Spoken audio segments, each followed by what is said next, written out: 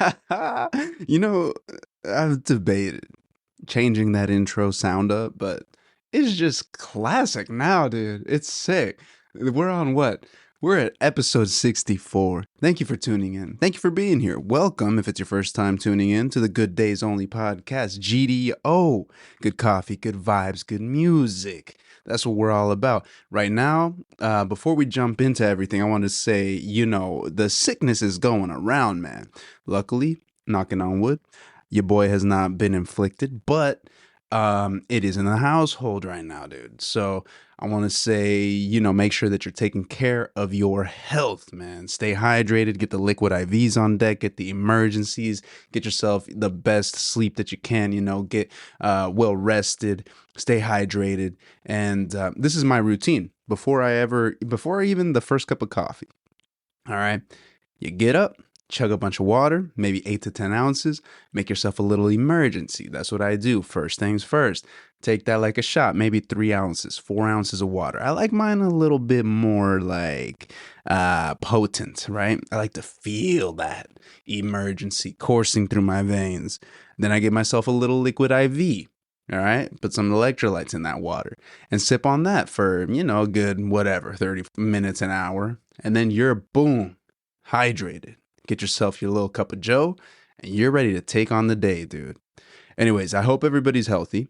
Thank you for tuning in. And let's get into the caffeine breakdown.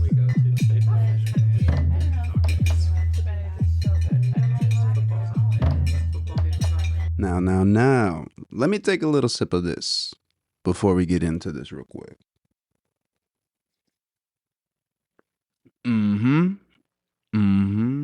Let's take a little trip to one of the most well-known and beloved archipelagos in the world.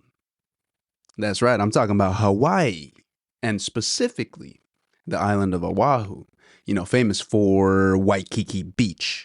They got the Dole Plantation. They got the North Shore with all the cute little shops and beautiful scenery.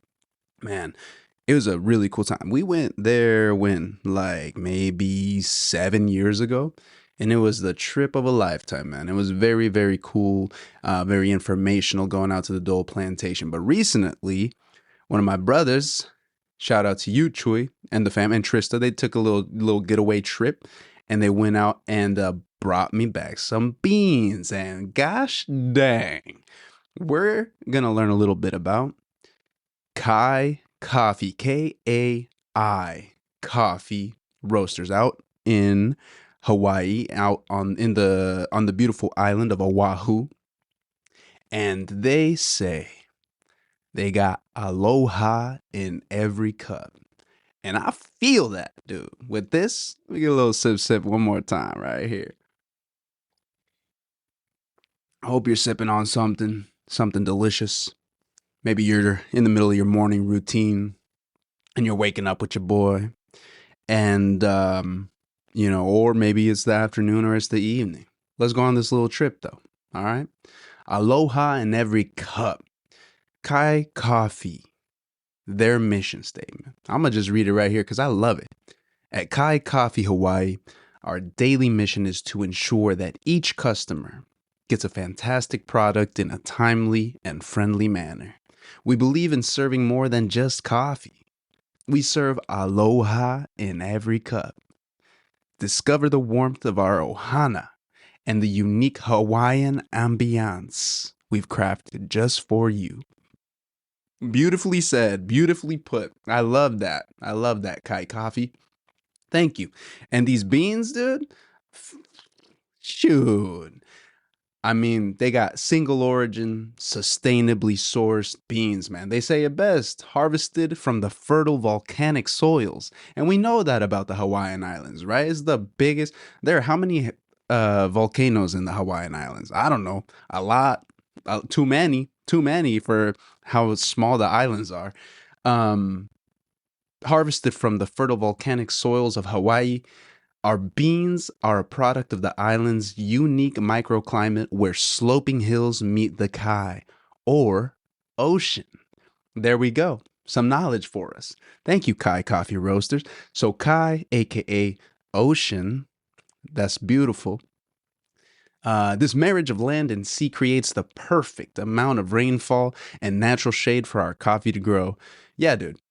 Honestly, Hawaii, Hawaii is the cheat code, dude. It's a cheat code. They got everything. They got the perfect climate. They got all the rich minerals in the soils to grow everything. The pineapples, all the fruits that they have out there. I think they have huge tobacco plants. They got um obviously the coffee that comes from there. Top tier in the world, dude. So it's fantastic. Fantastic.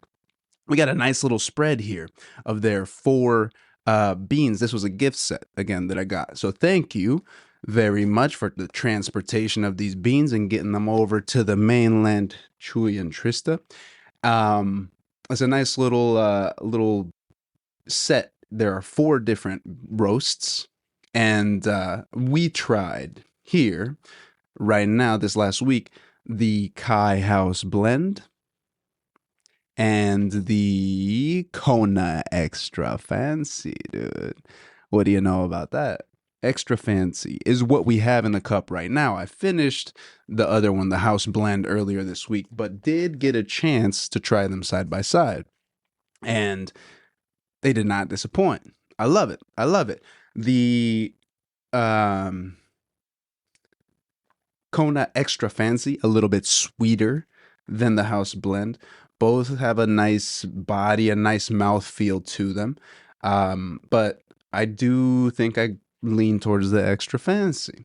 The other two that we had in the packaging were the Kona Pea Berry, which I'm really excited to try. I haven't tried that one yet. I think I'm going to save that one for last.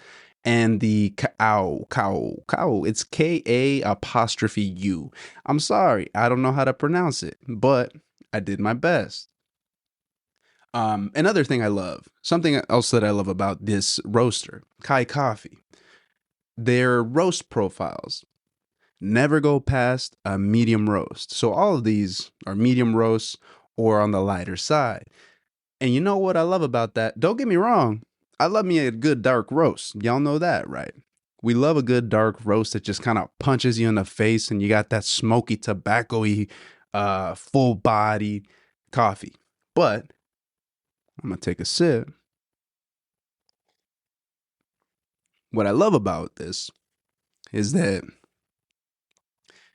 Kai here, dude, wow, unlock memory. I know a guy named Kai. I used to know a guy named Kai.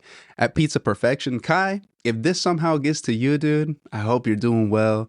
And wow, I haven't thought of that name in a minute. Kai from Pizza Perfection. What was his last name? Dude, that was my boy. We were pizza delivery drivers out in Pullman, Washington at Pizza Perfection. Also, shout out to you, Jamie, if somehow you're listening to this, dude. Best manager out there in the game, dude. Slanging them pies out in Pullman, Washington. I wonder if that spot's even open still. It's gotta be, dude. It's kind of a staple. What was I saying? So Kai, Hawaii's got the cheat code. Okay, no. So what I love about Kai here, they don't ever go above that medium roast. So they're really dialed in to what they're doing.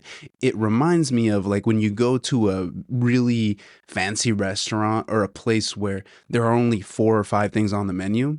You know that those 4 or 5 things are going to be delicious, right? Because they're really putting all their time and effort and energy into this small menu versus when you go to Cheesecake Factory and the menu's a damn 17-page like size 9 font. You're reading a novel to get to your choice of meal. Like that's overwhelming, that's too much. So I like the fact that they're dialed into what they're doing and the fact that they are committed to bringing out the nuanced flavor profiles of each of the beans that they're sourcing from the islands. It's dope. It's dope. Strong work, Kai. Don't ever change that, dude. Don't ever change that.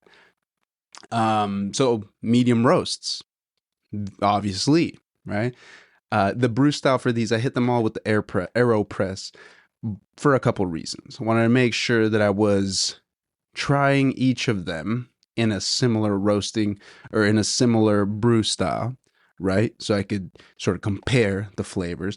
And also, there's not that many beans in here, so I had to make it last a little bit. So I hit them with the AeroPress. You know how that goes. A nice double filter in there, clean cup, smooth. You get all the flavors. You get a nice concentrated cup. I didn't put any sweetener or any sugar. Sometimes I'll do a little raw sugar in there, with a little milk, make it a little extra. You just let it last a little longer, because if not, I'm just chugging the 5 ounces of straight bean juice. Let me just, yeah, bomb, bomb, bomb, triple bomb, dude. So clean, crisp, flavor profiles, fantastic. They're nice and nuanced. We got a medium body here. The extra fancy, like I said, had some sweeter notes. The what do they say? So they say the tasting notes: sweet lime, berries, and toffee.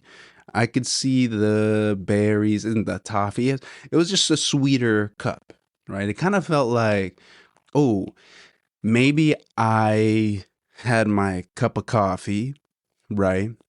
And maybe there was like somebody wants to, no, some like, somebody was like peeling some candy, or not peeling candy, like some candied oranges, something like that, how it's got that scent of sweetness, and it's got a little bit of that tartness that you can kind of, somebody maybe sneakily dropped a little candied orange inside of my cup of coffee.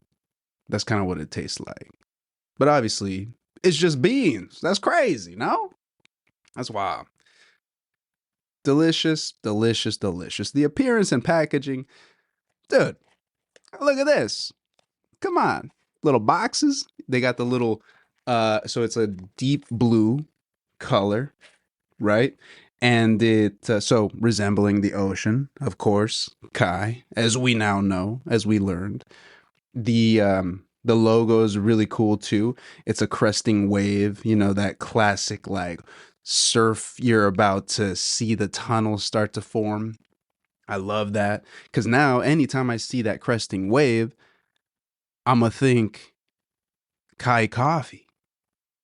So that's, I think, the intent, right? Behind your marketing. I love it. I love it. They got the airtight bags inside. Of course, you gotta transfer those beans, but this is a small enough bag that you could get through it in one go. If you're doing yourself a nice big pour over, the pour over we got is a big boy, and I don't ever really feel like just making one cup out of that. And so an entire one of these bags would probably fit in one of those carafes, So the logo, the appearance and packaging, the packaging is dope.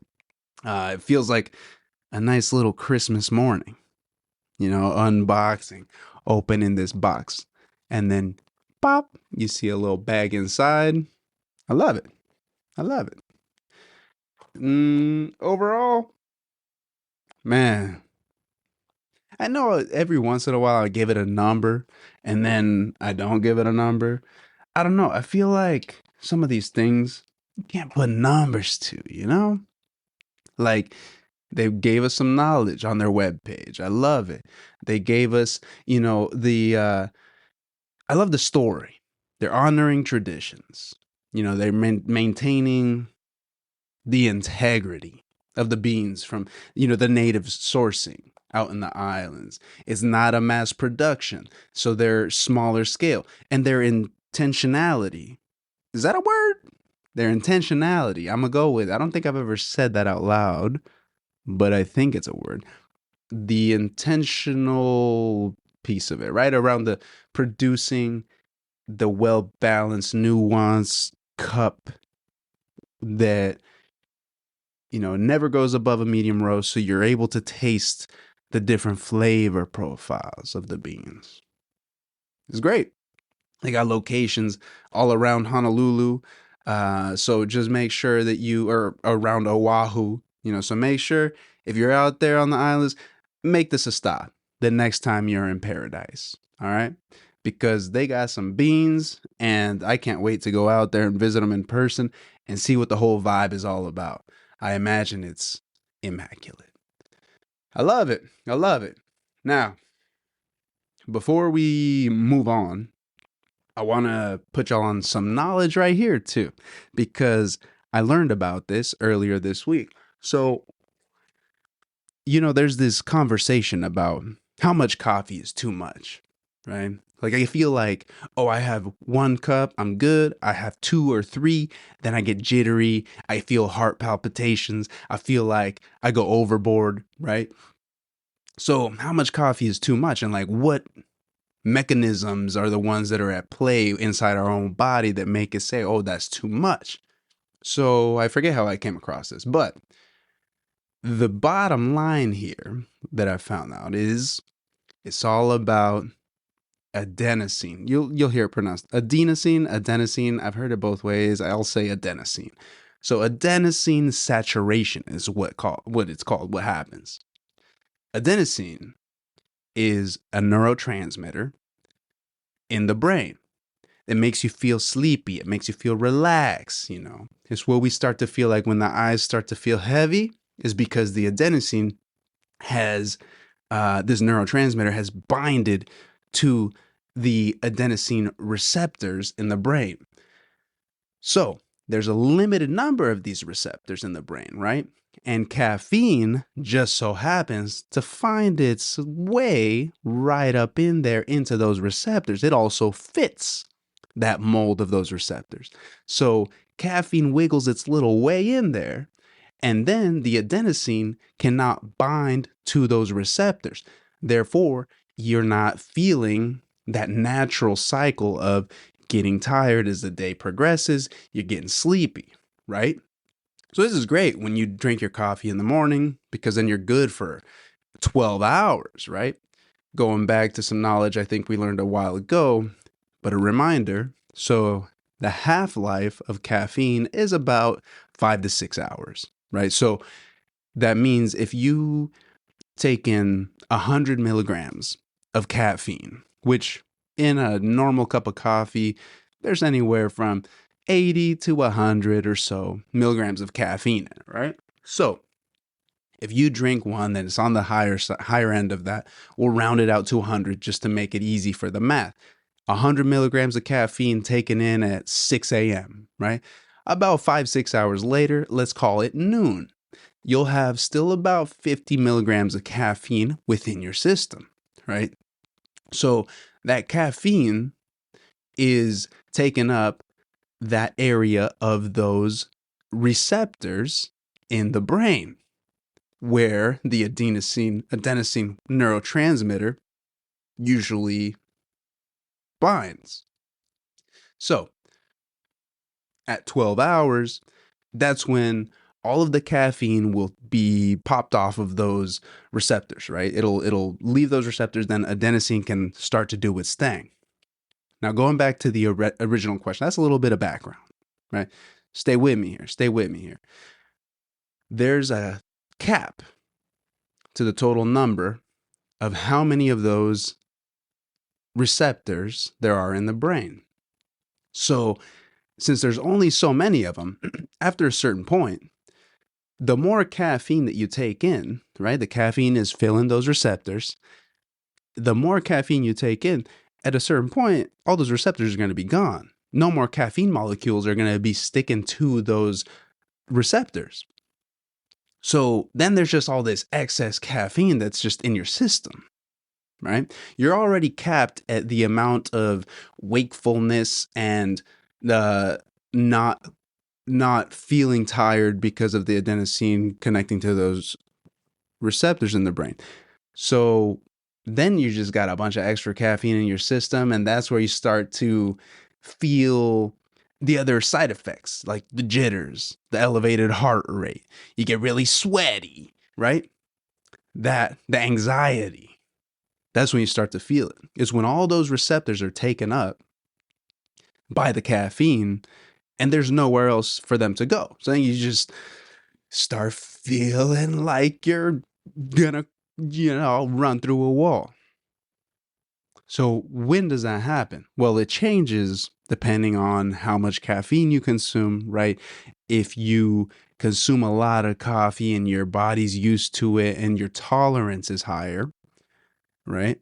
Then you can take in a little bit more caffeine. Here's the interesting about here's something that's super cool about the human body, and this happens in different systems, right? Our body molds and it evolves and it shapes to our surroundings and the things that we take in. So the more coffee you take, if you're a chronic caffeine consumer, your body, your brain is going to start to create more of those adenosine receptors. And so after a certain while, it'll take more and more coffee, more and more caffeine to fill those receptors for you, to not make you feel tired, to not make you feel sleepy throughout the day, right?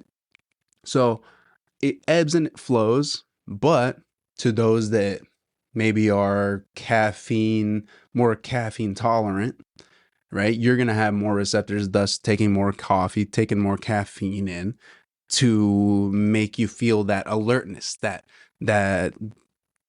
lack of adenosine connecting to those receptors. I'm taking a sip of coffee.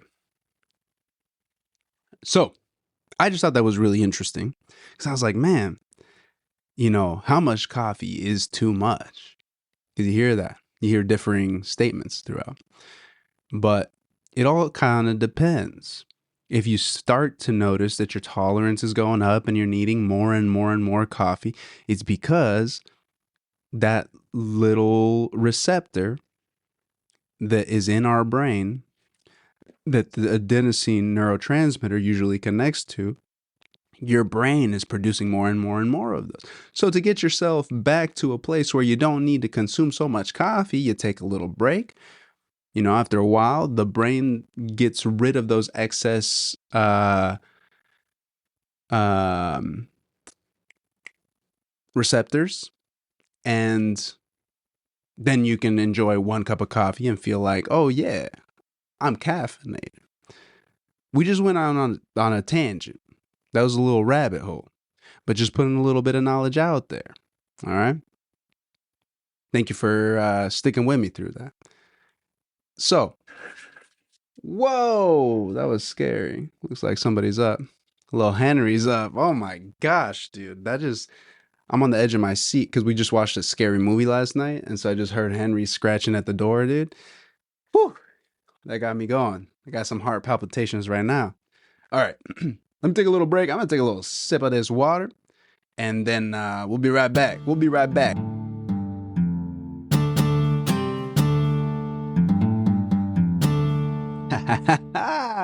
All right, we're back, dude. Like I said, Henry out here waking up and freaking scratching at the door. That gave me a little jump scare. We watched this movie last night. It's called The Gorge. It's on Apple TV. It's got what's his name? Miles Teller and Queen's Gambit, a little bit FAS, a little bit looks like Anna Taylor-Joy.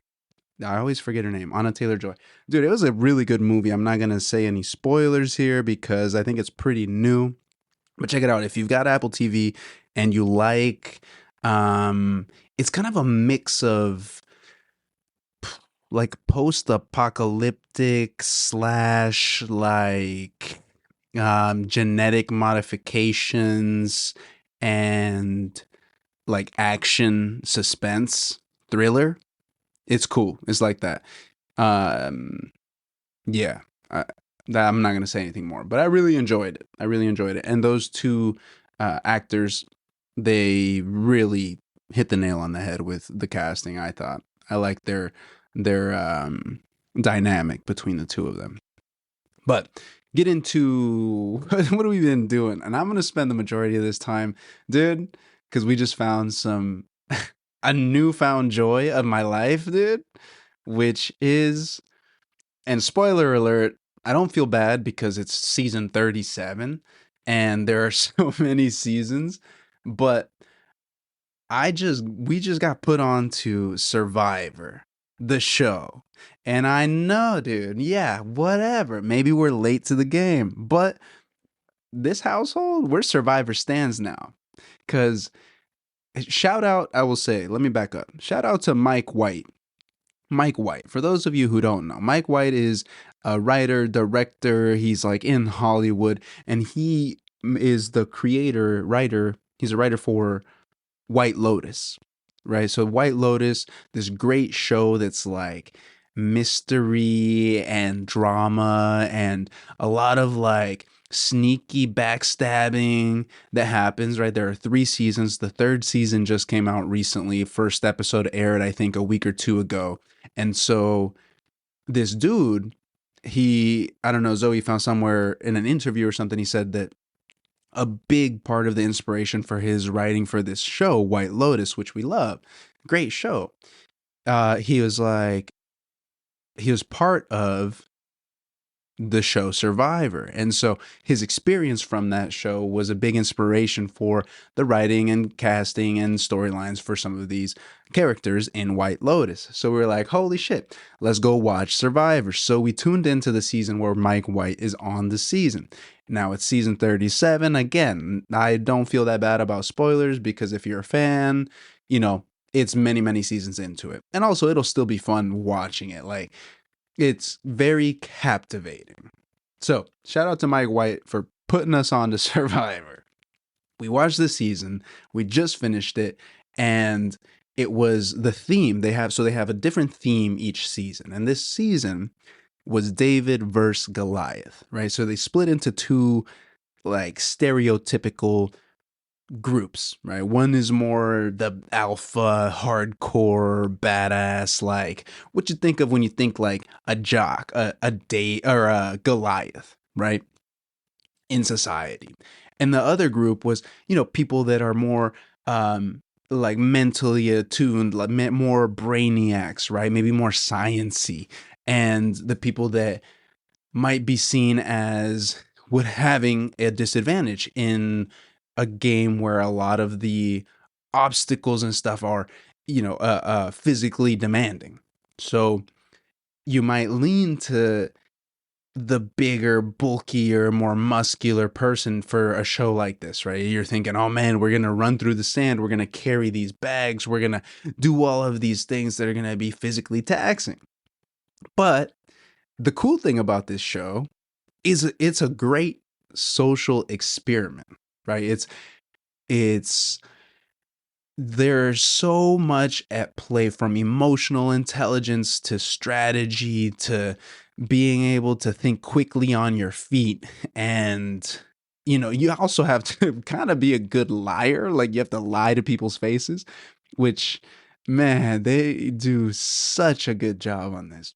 But this season, it was really cool because you see the dynamic. It's kind of a us versus them, right? When you're first paired up, it's day one, and they're like, all right, here's 8 of you over here, 8 of you over there. I forget if there was 7 or 8 on each side at the beginning, but then it's just like, dude, you're thrown out into on some island, some remote place.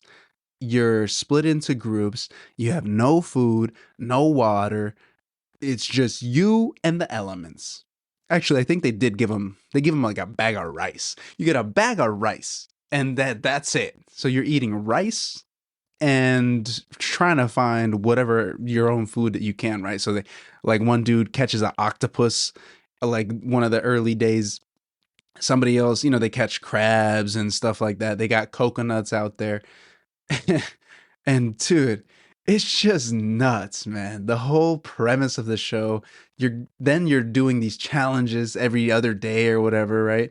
And the strategy is like, it's so interesting because you want to make alliances. So you form alliances that are going to help you, you know, get to day 39. I think there are 39, 40 days. And dude, like, do you stick to your day one people, or do they end up getting on your nerves, you know, day 5, day 6, day 7, and then you switch up? and maybe, ooh, somebody that was on the other tribe, they're going to help me get a little bit further. But then once you get further and further and further, there's only 7, 8, 9 people left now out of the original, whatever it was, 18, 20, right? Many different seasons have different number of people. And it makes you think like, holy shit. We all think like, oh, I could do it. I could do it, dude. I grew up on a farm. I know how to butcher animals. I could do that easy. I could start a fire. But then, like, these guys, again, spoilers, they had to get evacuated because they were actually in like a cyclone. They were in one of the worst storms of like that year in that area or something. So they actually got evacuated for a day or two in the middle of the show. And think about it. Like there's no shelter. You got to build your own shelter. You got to find your own food. You got to get along with these people that you have no idea who they are, and you know that they're all just trying to work against you because they're trying to win that $1 million. I don't know why I never tuned into it before, but I am hooked, man. I am hooked. We finished that whole season, and then we started one of the OG like first seasons, like the fourth season or something like that. And this was actually so a couple of different inspirations here. There's another show. So you might have already watched Survivor. And yeah, whatever. I know we're late to the game. But there's another show called The Traitors. And that show's more recent. I think it's in season 3. And we started watching this most recent season. And that is also a very strategic game that, like, I don't know, dude. You're watching from your couch and you're thinking, man, I could do that. I could do that for sure. But these people have some quick wit, man, and they've got their ability to just BS their way through different scenarios when people call you out and they're like, "Hey, I think you're trying to do something funny and you've got to defend yourself." Like, "No, no, no, no, no. I got the receipts. I didn't go and try to backstab Stephanie or whatever." Yeah, it's cool. It's cool. And there's these alliances that you make and you got to try to get people on your side so you can vote somebody off, but if you instigate something, then you're on the chopping block. It's a whole dynamic that is so interesting to just like how we behave as social creatures, right?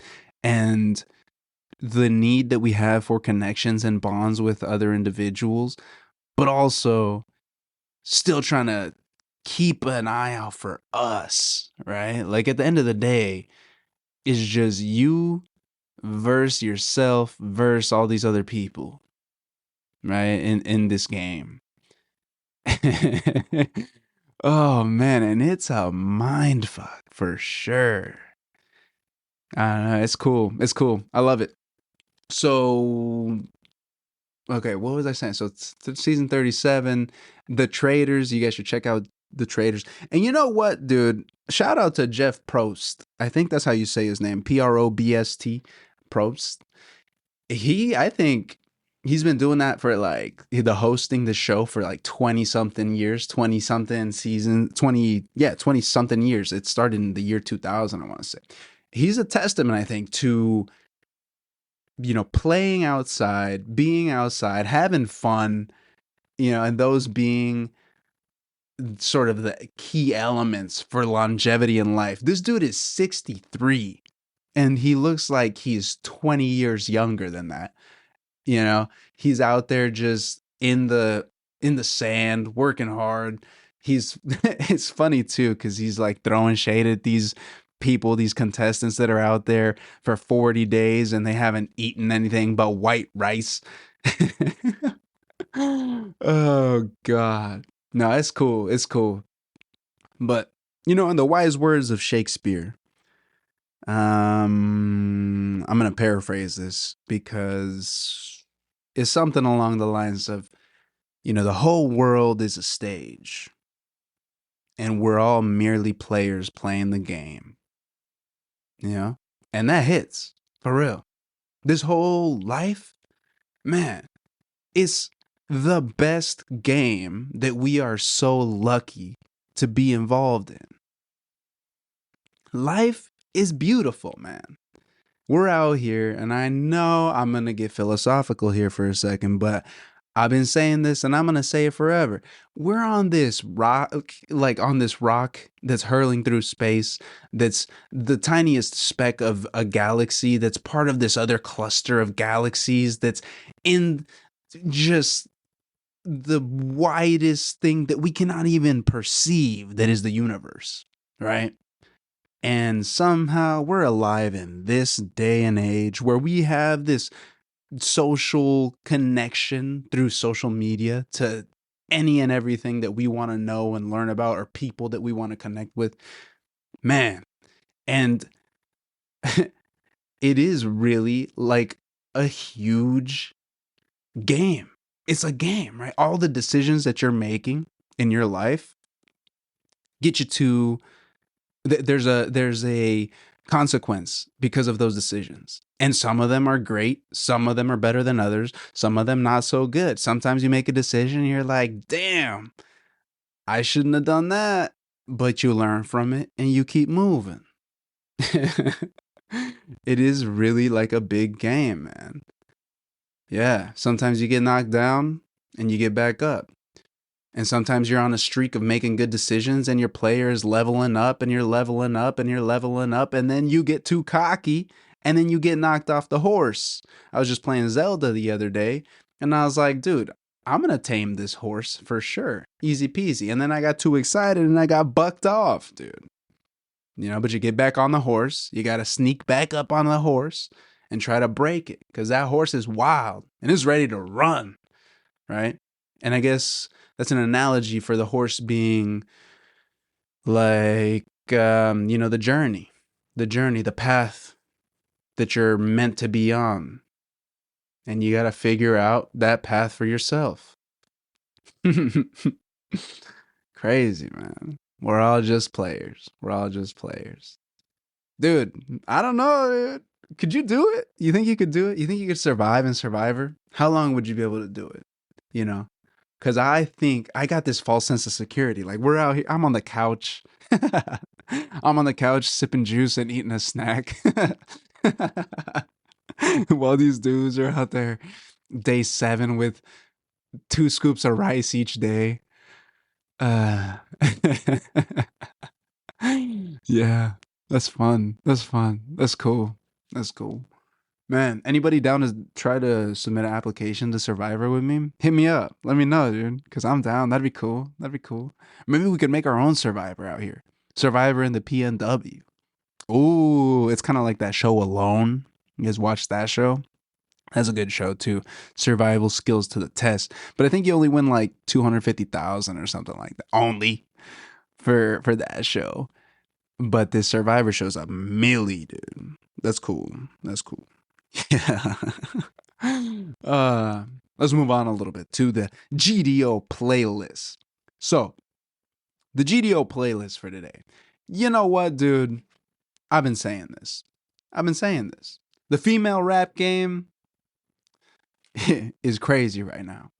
And she is at the top of the female rap game right now, dude. I'm talking about Jayla Jemiah Hickman, better known by her stage name as Doechii, Doechii. Dude, she is killing the game. I'm saying, so I was put onto her because of her Tiny Desk concert recently, but I know she's been around for a minute, and there are other people that have been on her stuff for a little bit longer. But oh my God, dude. She's been writing poetry and raps since her high school days, right? But about 5 years ago, 2020, mid-pandemic, dude, self-funding her EP, which is badass in and of itself. Um, the EP was called "Oh, the Places You'll Go." banger of an album for the first one that's dropping, right? And then she took her life into her own hands, dude, pursuing her dream, being nominated for 4 Grammys and winning Best Rap Album of the Year in 2025. So 5 years in the grand scheme of time, dude, 5 years to go from putting out your first EP to then winning Best Rap Album of the Year. God dang, dude. That album is titled Alligator Bites Never Heal. And I think that's kind of an ode, a testament to her roots coming out of Florida, right? And the album cover is dope. She's holding the alligator in her hands. Pretty sick. She's killing it, man. Her Tiny Desk, again, if you haven't checked that out, you should definitely check that out. It's an NPR Tiny Desk album, or Tiny Desk performance, rather. And she goes off. The breath control, the flow, the lyrics, the everything about it. Fantastic. And apart from rapping, dude, she got some pipes. She can sing. She can sing. She'll hit those notes, man. And she's genuine. She's authentic. She don't give a fuck. Her song, dude, Nisa, wait, was it Nissan Altima? I think it's just Nissan Altima. Yeah, it makes me want to run through a wall. It will pump you up, man. Listen to this. Don't listen to this album with your kids in the car. Don't listen with your kids around because it is explicit. Okay, but she is badass and I love it. And I've been saying this, I've said it before, I'll say it again. The female rap game is shining like it's never shone before. Shined before. I think this is the beginning of something amazing, man. Something interesting in the rap game because for the longest time, it's been about men, right? Historically, it's been about all dudes in the rap game. Going back to the 90s, Biggie, Tupac, NWA, Snoop, the whole deal, right? And fast forwarding, you got 50 Cent, you got Eminem, you got Dr. Dre, Jay-Z, everybody in the rap game, all these big names, all men, right? And it's morphed, it's transformed into now more recently in the last, let's say 5 years since about 2020, you had, well, into the like mid 2000s, late 2010s, we heard Nicki Minaj for a while, right? We heard Cardi B, but then we had Meg The Stallion come into the game. Then we had Glorilla. Then we had Lotto. We had, some people are fans of Ice Spice, Sexy Red. I haven't listened to too much of their discography other than, the big stuff that's popped off more on the pop charts and stuff. But all of these female rappers in the game. And then we got Doechii, which has taken it to the next level. In my opinion, you got every once in a while, you have these influential artists that raise the bar, right? And you think back to, okay, stay with me here because Kanye West, he's out there now, gone. Sorry. But back in the day, going back to the mid 2000s, early 2000s, when he was coming up and his album 808s and Heartbreaks, right? You get these artists that transform the game. And now, taking that example of Kanye West, right now, trap drums and 808s are a staple in rap. People will say, I kind of hate this now, right? Because it's all about the bass, it's all about the trap drums and a lot of modern rap. But you get those artists, I'm saying this to paint that picture of like, you take that game and you elevate it to the next level. I think what Doechii has done with her flow and her ability to rap on these different samples and these different ideas that she has in her brain are going to take the rap game, not only the female rap game, but the rap game entirely to another level. And I'm excited for it. I think for the next decade, like this is the start of something interesting in the rap game. For the next decade, keep an eye out. I think there's a real potential for women in the rap game to take over and be front and center. And I'm here for it, dude. It's sick. It's cool. I really, really am enjoying it. And I'm liking a lot of those. Glorilla, dude. God. But this ain't about her. All right. This album, Dochi, well deserved rap album of the year. She got that Grammy, dude, and I'm gonna link it in the description so you guys can listen to it at your leisure and take some bops from there because it flows really well from the beginning to the end, and her story is just phenomenal. It's inspiring. You know, it's one of those stories that's inspiring. And we love that. We love that. So, without further ado, that's it. That's it for today. Thank you for tuning in. Again, I hope that you and yours are staying healthy. You know, take care of your body. Get out there, and I know it's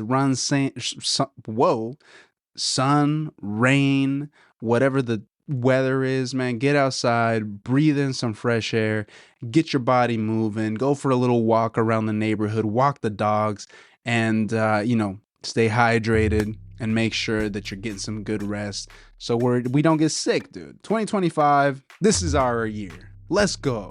Let's go. So, thank you for tuning in. Until the next one, we'll talk to you soon. Bye-bye.